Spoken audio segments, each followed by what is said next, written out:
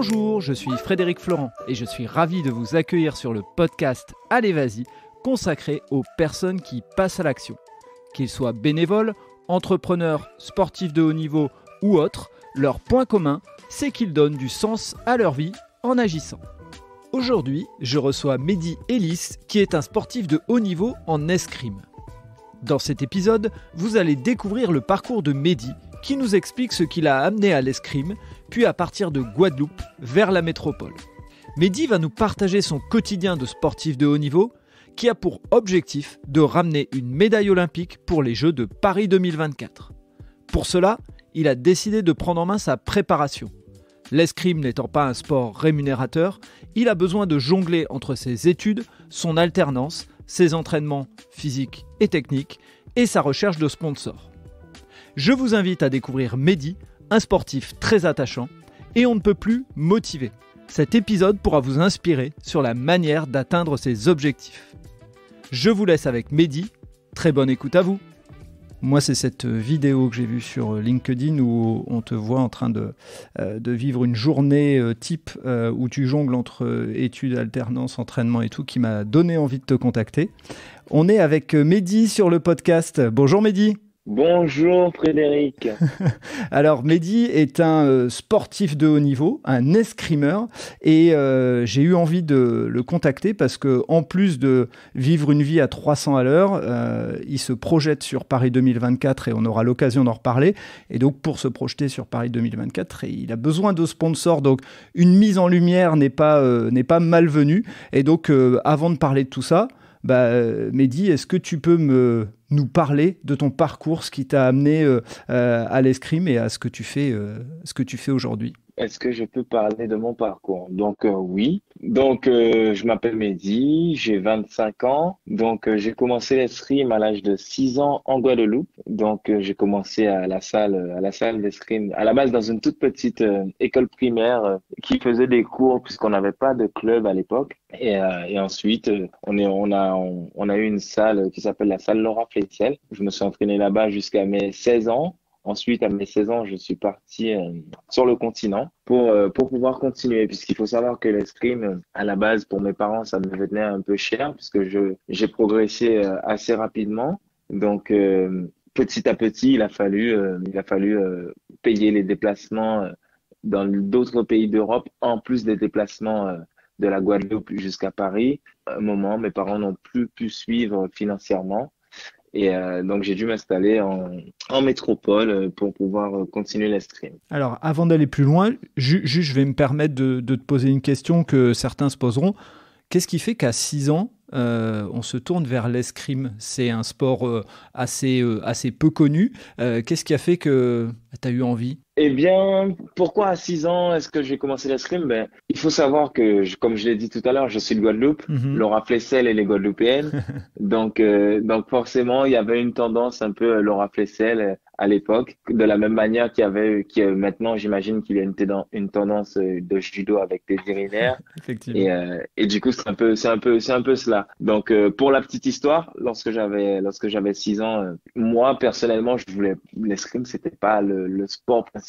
Je voulais faire du judo ou du karaté. Et lorsque je suis arrivé devant, tu sais, il y a les petits stands à la mairie où tu peux choisir le sport que tu veux faire l'été. Et ma mère, elle m'a amené devant le stand avec un de mes frères qui est un peu plus grand. Mon frère, il voulait faire de l'escrime puisque lui, il était passionné. Moi, je voulais faire du judo. Mais étant donné que c'était mon grand frère, il a dit, bon, si tu veux, tu vas faire du judo ou du karaté. Moi, je vais faire de l'escrime. Donc, je voulais faire comme lui et forcément, je l'ai rejoint et c'est là que j'ai rencontré le maître Barbara Paulin qui, elle m'a fait vraiment apprécier le truc, apprécier l'escrime et je suis resté jusqu'à aujourd'hui. D'accord. Et dans l'escrime, il y a plusieurs disciplines. Est-ce que dès l'âge de 6 ans, on se spécialise ou d'abord on fait de l'escrime en général et puis après on se spécialise fleuret, épée, etc.? Eh bien, ça dépend des clubs. J'ai tendance à dire qu'on commence par le fleuret, puisque le fleuret, c'est l'arme la plus légère, c'est plus simple pour les déplacements et tout. Mais ça dépend des régions. Je me permets, est-ce que tu peux réexpliquer la différence entre le fleuret de manière rapide, mais pour que les gens comprennent un petit peu, ceux qui ne sont pas passionnés de sport? Donc, à l'escrime, il y a le fleuret, l'épée et le sabre. Ce sont trois armes distinctes. Et du coup, le fleuret, c'est une arme c'est celle que je pratique. C'est une arme où on touche essentiellement le buste et le dos avec des règles de priorité et on touche avec la pointe. Il y a le sabre où on touche toutes les parties qui sont au-dessus de la ceinture, bras et tête comprises, et on touche avec le tranchant de la lame, avec également des règles de priorité. Et il y a l'épée qui, elle, est l'arme la plus simple à comprendre. On peut toucher toutes les parties du corps avec la pointe. Et c'est le premier qui allume qui touche. Si Ok. les deux allument simultanément, les touches sont pour les deux. Ok. Et fleuret, c'était ce que faisait Laura Flessel ou elle faisait de l'épée? Laura Flessel faisait de l'épée. D'accord. Et le fleuret, c'est tout simplement, j'ai commencé au fleuret. Mon maître d'armes, qui elle était spécialiste du fleuret, a commencé par nous enseigner le fleuret, donc j'ai continué naturellement. Bien sûr. Après, des régions dans lesquelles on se trouve, je sais par exemple que dans le sud-ouest de la France, ils sont très branchés sabre. Donc dans le sud-ouest, c'est plutôt des sabreurs. À Paris, il y a de tout. Après, en fait, c'est comme ça. Ça dépend du club dans lequel tu vas Bien sûr. et tu auras une appétence pour le fleuret, pour l'épée et il y a des qui font tous les trois. Et donc, tu te retrouves à l'âge de 6 ans à faire du fleuret, à progresser, j'imagine, assez rapidement. Juste pour la parenthèse, et puis après, on continuera sur ta progression. Ton grand frère qui t'a amené à faire de l'escrime parce que tu voulais faire comme lui, il a continué? Mon grand frère qui m'a amené à faire de l'escrime, non, il a arrêté pour les études. Et D'accord. puis, du coup, voilà. Ok, donc toi, tu as continué. Et donc, quand tu disais que les déplacements devenaient trop chers, je pense comprendre tout le système qu'il y a derrière parce que je m'intéresse pas mal au sport, mais les gens qui connaissent pas, quand tu dis que tu as dû partir en métropole, est-ce que tu peux expliquer qu'est-ce qui fait qu'on doit partir en métropole et comment se passe le financement dans ces cas-là? Eh bien, comment expliquer? Donc, en gros, c'est les parents, c'est à la charge des parents que revient tous les déplacements au départ quand on est plus jeune. Mhm. Donc, c'est-à-dire que chaque fois, je partais au début, je partais peut-être minimum 4 fois par an en métropole, ce qui représente quand même des billets qui sont relativement chers. Mhm. Et pour peu qu'on arrive certaines fois aux périodes du mois de juin, là où, quand il commence à faire chaud, ou dans les périodes au mois de décembre, là où tout le monde veut aller en Guadeloupe. Mhm. Et du coup, les billets montent très, très rapidement. Donc, c'est à la charge des parents. Donc, forcément, au bout d'un moment, ça tire sur la corde et il faut trouver une alternative. Bien sûr. Et que faisaient tes parents à ce moment-là en termes de travail? Ils avaient une vie comme monsieur et madame tout le monde. Monsieur et madame tout le monde, mon père, il est garagiste et ma mère, elle était fonctionnaire à la mairie. D'accord, ok, oui, donc pas les moyens de se permettre de te payer un petit appartement ou un internat ou autre. Exactement, D'accord. exactement. Pas les moyens. Donc c'est justement quand je suis parti en France, il y avait déjà un de mes frères qui était plus âgé, qui avait déjà son appartement. Donc je me suis installé avec lui pendant un an. Et ensuite j'ai intégré sur Paris. Mhm. Et ensuite j'ai intégré le pôle France d'Aix-en-Provence. Je suis entré au pôle France d'Aix-en-Provence où je me suis entraîné pendant 5 ans. Et par la suite j'ai intégré l'INSEP, l'Institut national du Mhm. sport, en 2017. Et maintenant, en 2021, j'ai décidé de créer mon propre écosystème. C'est-à-dire que j'ai mon préparateur physique, j'ai mon entraîneur qui est très compétent, du coup, qui est venu du Canada, donc avec qui je m'entraîne. En gros, j'ai un petit écosystème que je me suis formé et autour de cela pour pouvoir aller chercher ma qualification pour Paris 2024 et notamment une médaille à la clé. Ok, pour revenir juste sur la partie Aix-en-Provence, quand tu dis j'intègre le pôle France à Aix-en-Provence, ça veut dire que ton hébergement et toute ta vie, entre guillemets, enfin les entraîneurs et autres, sont pris en charge par la fédération, c'est ça? C'est ça. En D'accord. gros, c'est pas complètement ça. C'est-à-dire que lorsqu'on rentre en Pôle France, on a quand même une charge on doit quand même payer une partie, hein, Mhm. puisqu'il faut qu'on paye.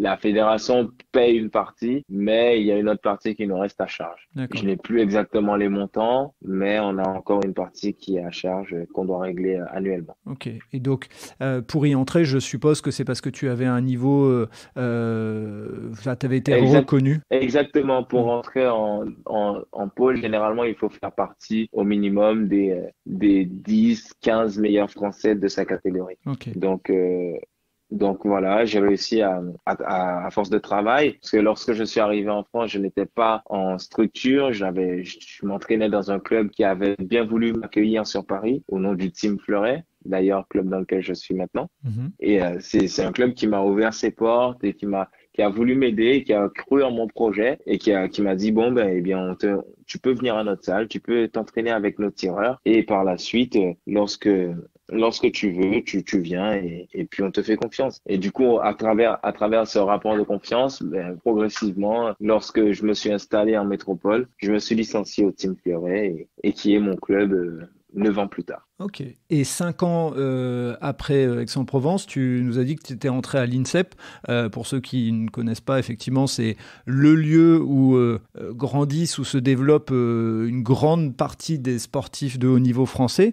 Quand tu arrives là-bas, c'est quoi le sentiment que tu peux avoir? Parce que c'est quand même un lieu mythique quand même du sport français. Oui, bien sûr, bien sûr. L'INSEP, c'est un lieu où on s'entraîne très bien, où il y a beaucoup d'athlètes, de grands athlètes. Après, franchement, j'ai mon objectif qui est Paris 2024. Donc, à 100%, j'étais concentré et je me suis pas laissé impressionner par les paillettes et un peu tout ce qu'il y a derrière.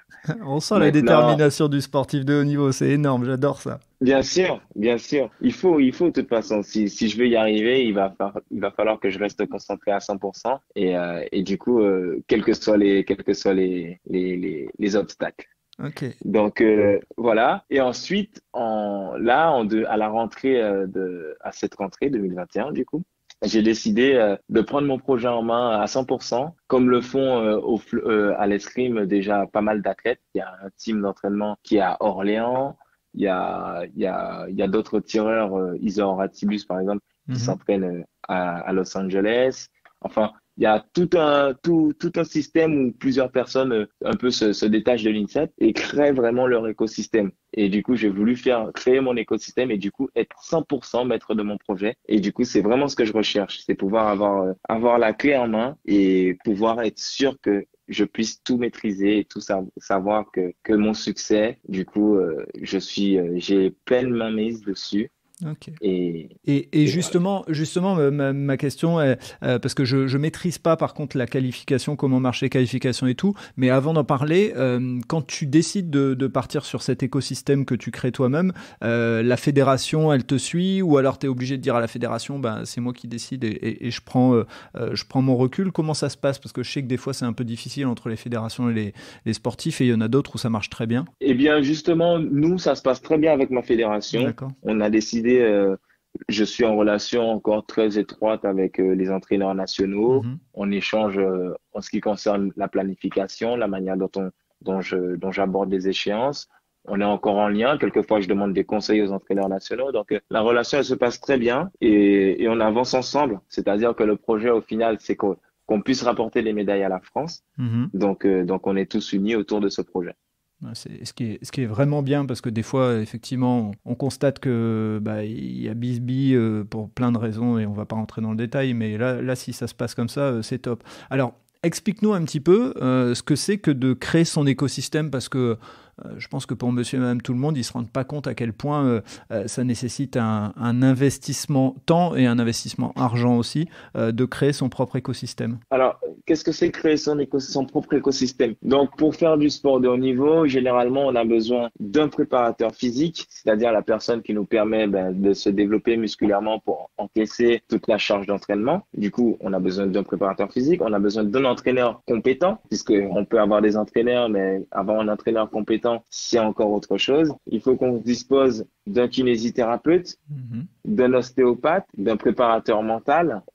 Quelquefois, pour les semaines ou les périodes où on travaille énormément, il faut faire de la cryothérapie. C'est une pratique que j'ai eu l'occasion de faire et qui vraiment, je trouve, a des vertus qui sont quand même très importantes pour la On va récupération. l'expliquer, hein, c'est de se mettre dans des cabines pendant quelques minutes, un temps très court, dans du froid extrême, voilà, pour ceux qui connaissent pas. Exactement. Ouais. Et en gros, voilà, on a tout un panel de personnes et d'outils Mhm. qu'on doit mettre en place. Et tous ces outils et toutes ces personnes représentent l'écosystème dont je parle. Ok, donc pour être clair, ça veut dire que toutes ces personnes, aujourd'hui, elles sont financées à 100% par ton écosystème que tu te crées. Pardon, excuse-moi. Est-ce que c'est, pour être clair avec les auditeurs et les auditrices, toutes les personnes que tu as citées, donc on va prendre le kiné, on va prendre l'entraîneur, le préparateur mental, l'entraîneur technique et les éventuelles séances de cryothérapie et ainsi de suite,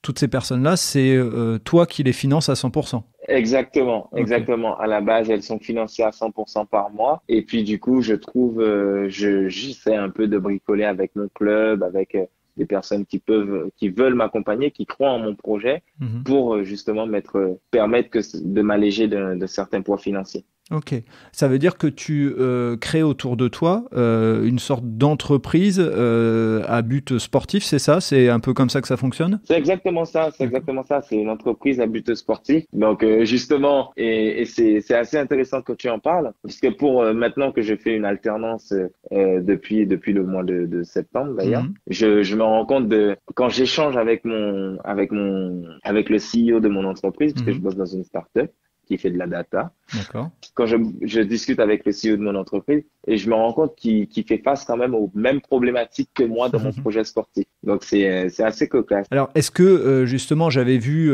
sur LinkedIn quand j'ai été revoir un petit peu qui tu étais, que tu recherchais une alternance. Donc là, a priori, tu as trouvé.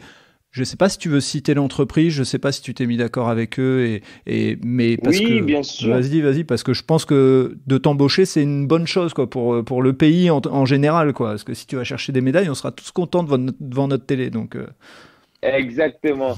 Du coup, je travaille chez Visiol. Mhm. Visiol, qui est une entreprise qui est spécialisée dans la data, du coup, dans la visualisation de données. Pour faire simple, on fait de la création de tableaux de bord et on permet à toutes les personnes qui veulent utiliser un outil de communication interne ou externe de pouvoir visualiser de manière très simple les données de leur entreprise. Alors, moi, ce qui m'intéresse, là, c'est ma casquette d'ancien RH qui va parler, mais quand tu as postulé et que tu as été reçu en entretien, est-ce que ton profil de sportif de haut niveau a été évoqué à un moment où on a parlé que de tes compétences techniques?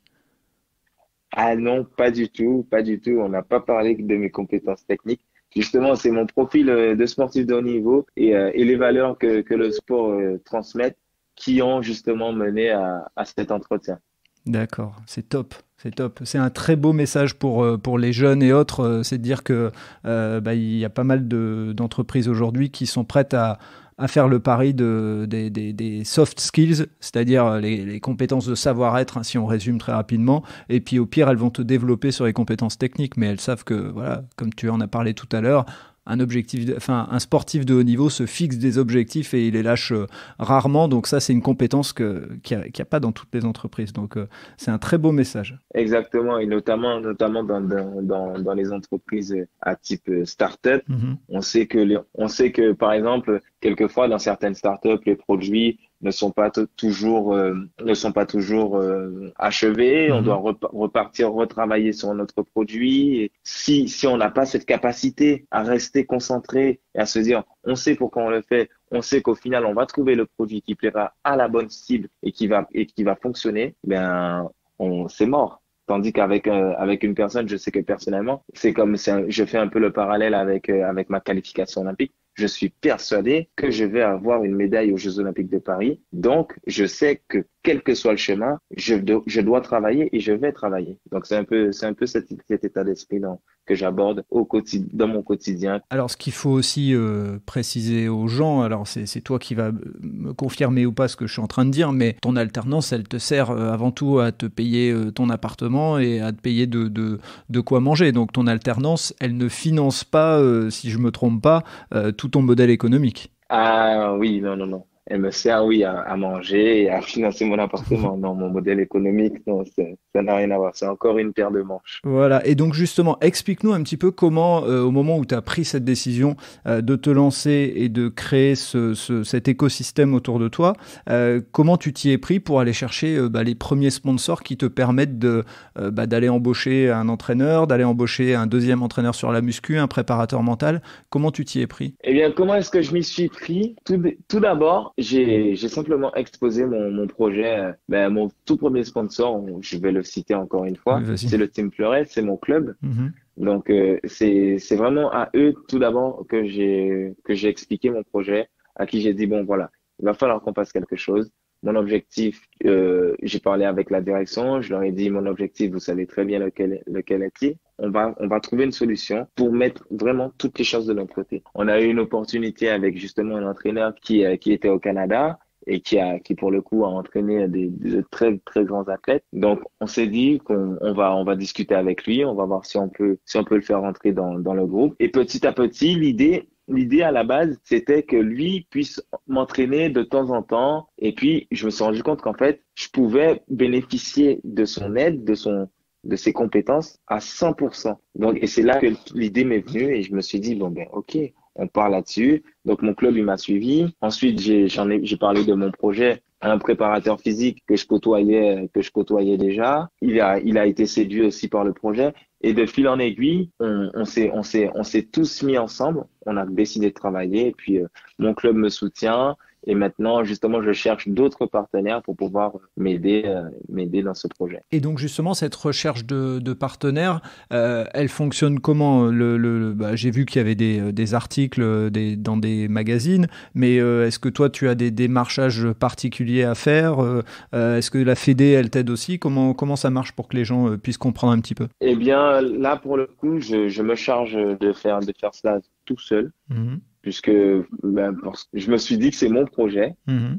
et qu'il faut que j'y aille. Donc, comment est-ce que je procède? Je pars dans la rue comme un commercial et je marche avec ma petite sacoche et je parle de mon projet à qui de droit. D'accord. Et donc, alors je vais prendre l'exemple, hein, mais une entreprise qui écoute ce podcast et qui se dit, tiens, j'ai envie d'aider Mehdi, comment elle peut faire? Est-ce que c'est juste en versant une somme? Si elle verse cette somme, est-ce qu'elle a des déductions d'impôts? Parce que je sais que des fois, il y a des trucs qui marchent comme ça. Ou alors c'est, je suis sponsor et puis le parcours de Mehdi me mettra en avant. Comment ça fonctionne? Explique-nous un petit peu. Alors, donc, effectivement, donc, il faut savoir que l'escrime est un sport justement fédérateur. On a beaucoup de valeurs à véhiculer, notamment le respect, la combativité et plein d'autres d'ailleurs. Mhm. Et à travers tout cela, je propose aux entreprises de mettre en avant toutes ces valeurs, de pouvoir communiquer autour aussi de mes performances. Par exemple, en ce moment, je suis actuellement numéro 1 français au classement général national. Bravo. Merci.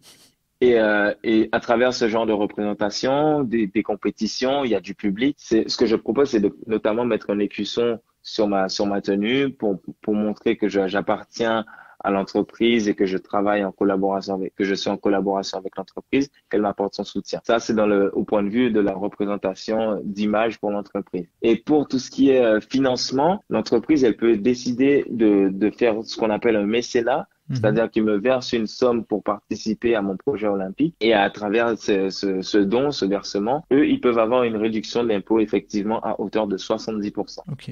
Donc ça veut dire qu'on peut te sponsoriser, entre guillemets, donc faire un mécénat pour t'accompagner dans cette conquête d'une médaille olympique Paris 2024. Donc on va dire que moi je vais relayer ton message, celui de te mettre en lumière et dire qu'il y a un numéro 1 français dans sa discipline qui attend que vous, entrepreneurs, et comme le message sera relayé aussi sur LinkedIn, vous, entrepreneurs, vous soyez là pour prendre des risques et l'accompagner comme lui, il prend des risques aussi. C'est un peu ça, en fait, le message. Exactement, exactement. C'est exactement le message qu'on peut faire passer, puisque bon, au final, dans mon projet, je me retrouve aussi dans chaque entrepreneur. Et Mhm. chaque entrepreneur pourra également se retrouver dans mon projet. Donc et là-dessus, récemment, j'ai discuté avec un ami qui est entrepreneur, et comme je vous disais aussi également avec mon tuteur de stage, Mhm. c'est qu'on voit vraiment énormément de similitudes dans nos deux projets et dans tous nos projets d'ailleurs dans l'entrepreneuriat et c'est quelque chose où je pense qu'on pourra vraiment s'entendre et chacun pourra avoir un point commun, quoi. Mm. Et ton alternance, elle dure jusque juin 2023 ou ça se passe comment? Parce que est-ce que avant les JO, tu as une période où tu fais entre guillemets plus rien, si on peut parler en termes professionnels, et tu te consacres à 100% à l'escrime? Comment ça va se passer? Eh bien, mon alternance, elle se termine au mois de septembre 2022. D'accord. En revanche, pour avoir expérimenté pour les Jeux de Tokyo, le fait justement de ne rien faire, je ne sais pas encore. Je ne sais pas encore. Ça dépendra de mon état de forme. Ça dépendra un peu de la manière dont je me sens. Mais j'ai quand même à cœur de garder un rythme Mhm. et le rythme un peu soutenu que j'ai actuellement. Du coup, quelque part, je vais l'apprivoiser à un moment donné et ça sera lui mon moteur. Donc, je compte bien le garder. Ok. Alors justement, je l'ai dit en intro, est-ce que tu peux nous expliquer un petit peu cette vidéo que les uns et les autres pourront aller voir? Je mettrai le lien dans les notes du podcast, mais cette vidéo que j'ai vue où on explique ton rythme de vie actuellement, c'est quoi une journée lambda, celle qu'on a vue dans la vidéo? Ça commence à quelle heure et ça finit à quelle heure et on passe par quel type de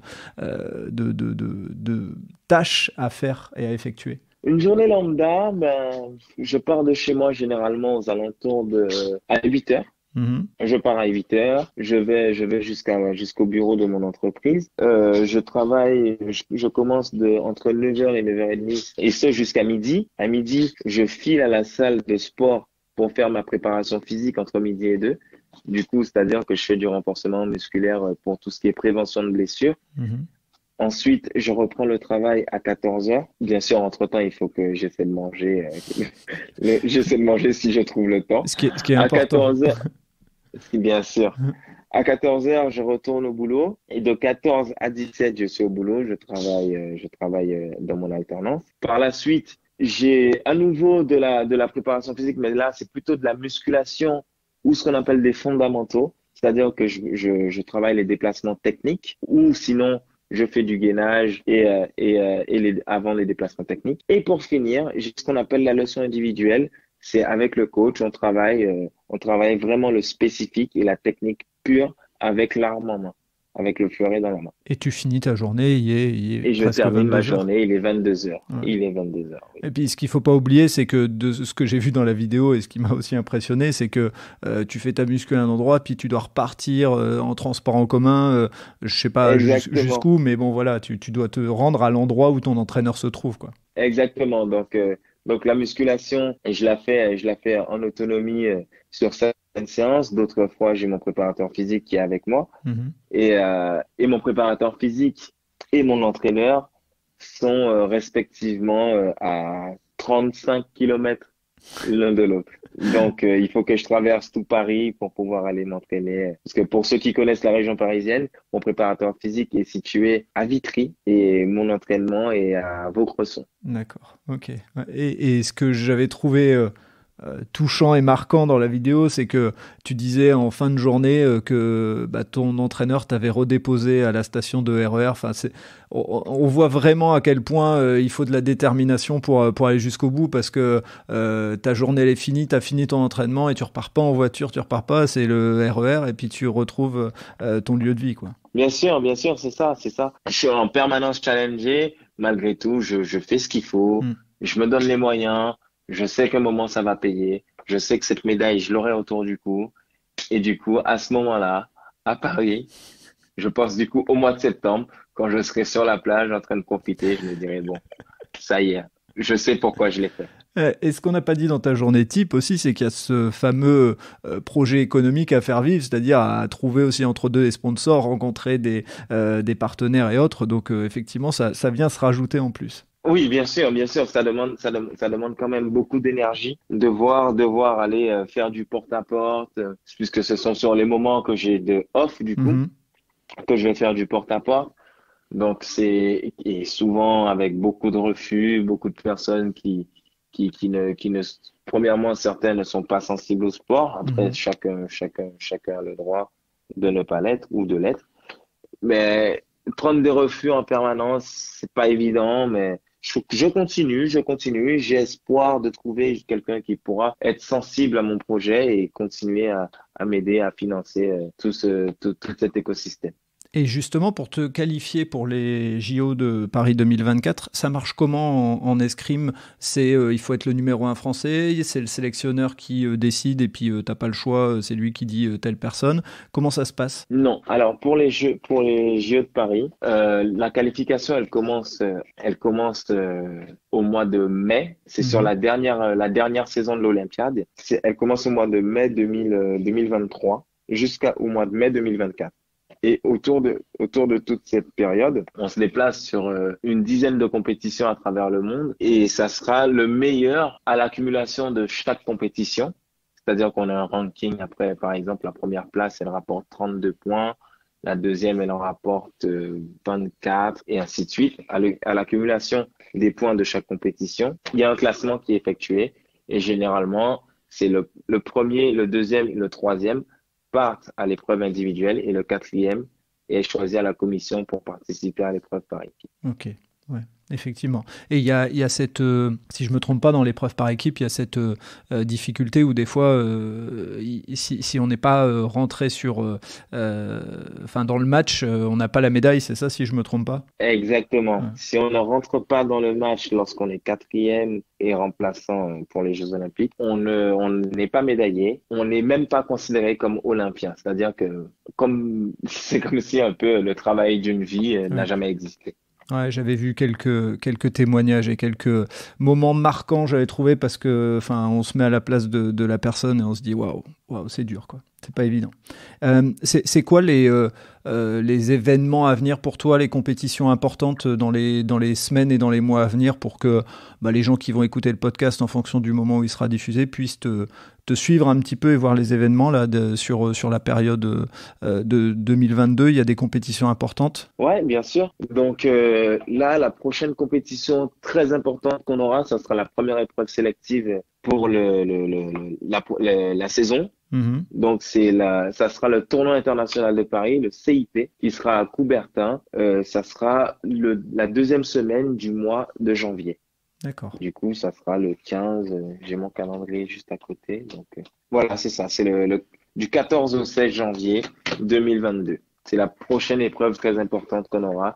C'est la compétition la plus prestigieuse. Elle est à Coubertin et dans le gymnase du PSG Handball pour ceux qui connaissent. Mhm. Donc voilà, donc ceux qui souhaitent venir, je vous attends et ça sera avec plaisir. Ok, top. Donc ça, c'est la prochaine grosse échéance. Euh, Avant de terminer, je vais te poser une question et tu peux ne pas y répondre comme je l'avais dit. J'ai vu un post passer sur LinkedIn qui m'a profondément touché, marqué quand tu parlais de ta maman. Et je voulais savoir si tu voulais en parler parce que je sais que les sportifs de haut niveau, il y a cette énergie, il y a cette détermination et des fois elle est liée à ce genre de situation. Ouais, carrément. Donc oui, effectivement, j'ai rendu un petit hommage à ma mère sur LinkedIn qui nous a quittés en 2015. Et du coup, à travers ce petit hommage, je relatais du fait que j'ai obtenu la première place au classement national depuis la semaine dernière. Et c'est vraiment, je sais qu'elle était à 100% dans mon projet sportif et c'était quelque part pour vraiment pour lui rendre hommage, pour lui dire que voilà, même si quand j'étais plus jeune et qu'elle était là, elle a mis de l'énergie, donc ce n'était pas en vain. Et du coup, voilà, c'est un petit clin d'œil à elle. C'est top, c'est top. Je mettrai aussi le lien de ce post parce que au-delà de l'émotion qu'on a en le lisant, il y a aussi l'image et la rage que tu as sur la photo enfin voilà, qui donne une superbe énergie quoi. Donc quand on est un peu dans le Ouais. dur, on écoute le podcast et on se rend compte à quel point tu as des journées difficiles et pour autant tu as toujours la rage et tu baisses pas les bras. Donc je suis très content de t'avoir rencontré via ce podcast. Je suis très content de pouvoir t'aider un petit peu dans ton challenge, celui de faire en sorte de créer le bon écosystème pour aller jusqu'à Paris 2024. Donc, je le répète encore une fois, mais si vous êtes entrepreneur et que vous avez la possibilité de mettre un petit peu d'argent dans le projet de Mehdi, à mon avis, il sera très content. Donc, soit vous me contactez et puis je vous mets en lien sur LinkedIn, mais l'avantage c'est que maintenant tout est simple. Donc, vous le contactez directement sur LinkedIn en message privé et il se fera une joie, à mon avis, de vous répondre. Carrément, carrément. Et puis justement, c'est ce que je dis dans la vidéo dans laquelle, d'ailleurs, où on a échangé. C'est certaines entreprises souhaitent donner de l'argent, d'autres ne peuvent pas ou ne veulent pas. Mais ce que je demande, c'est pas forcément de l'argent, c'est des moyens. À travers ces moyens, par exemple, comme je vous le disais tout à l'heure, j'ai un tout petit laps de temps pour manger entre midi et 2. Donc, ça serait, par exemple, je dis une bêtise, ça serait des entreprises qui sont dans la restauration et qui pourraient faire des plats préparés pour que je puisse manger rapidement le midi. Ça serait, par exemple, je me déplace très souvent en trottinette pour pouvoir gagner un peu plus de temps sur mes trajets. Ça serait mettre à disposition une trottinette, un scooter qui puisse me permettre de me déplacer plus facilement dans Paris. Enfin, ce sont plein de petites choses qui, au final, sont anodines pour certaines entreprises ou pour certaines personnes, mais qui, moi, m'aideraient vraiment à améliorer mon quotidien pour pouvoir aller chercher une qualification. Et tu as bien fait d'en parler. Je pense que des entreprises de restauration sur LinkedIn, il y en a, des entreprises de sport qui peuvent au moins te mettre une trottinette. Petit clin d'œil à Decathlon, voilà, en étant nordiste, Decathlon et le sport, voilà. Donc, les gars de chez Decathlon et les filles de chez Decathlon, vous avez un truc à faire là. Il y a un petit, c'est clair. Il y a un petit message pour Mehdi là, une trottinette. Et puis en plus, il peut même vous faire des posts sur LinkedIn pour vous montrer à quel point elle marche bien et vanter les mérites du produit. Donc voilà, vous avez tous entendu maintenant. Hein, soit c'est de l'argent, si vous n'avez pas les moyens ou si c'est pas possible pour vous, il y a possibilité de mettre des éléments matériels. Donc on n'hésitera pas et j'hésiterai pas à le relayer sur la page Facebook Allez Vas-y, sur le Insta et puis sur LinkedIn également. Ça marche. C'était top. Merci beaucoup, Mehdi. Je croise les doigts et cet été, j'ai eu la chance de prendre mes vacances pendant les JO. Je pense qu'en 2024, c'est l'avantage d'être son propre entrepreneur, enfin son propre patron et d'être entrepreneur, c'est de pouvoir choisir ses périodes de vacances. En 2024, je serai devant la télé et crois-moi, j'aurai la petite émotion à mon avis quand tu seras sur le podium et que je te verrai recevoir la médaille parce que je me projette aussi comme toi tu te projettes. Donc merci de m'avoir fait confiance pour partager ton aventure et ton parcours sur le podcast. Et puis je te dis, normalement on dit ça, mais je te dis merde quoi. Merci à toi déjà pour ce petit temps de parole. Merci d'avoir écouté mon projet, mon parcours, de m'avoir accordé un petit peu de temps. Et puis je te dis merci encore pour le merde et à très bientôt. À très bientôt. Ciao. Et voilà, c'est terminé pour ce nouvel épisode. J'espère que vous avez apprécié cet échange avec Mehdi. Et pour en savoir plus, rendez-vous sur les notes du podcast. Si vous avez aimé cet épisode, n'hésitez pas à vous abonner et surtout à laisser un commentaire et une note sur Apple Podcast ou Acast, ça aide à faire connaître le podcast. Pour ceux qui ne le savent pas, j'ai aussi lancé un autre podcast sur le voyage qui s'intitule Loin de chez soi. Il est disponible sur Acast, Apple Podcast, Spotify, Google Podcast et bien d'autres.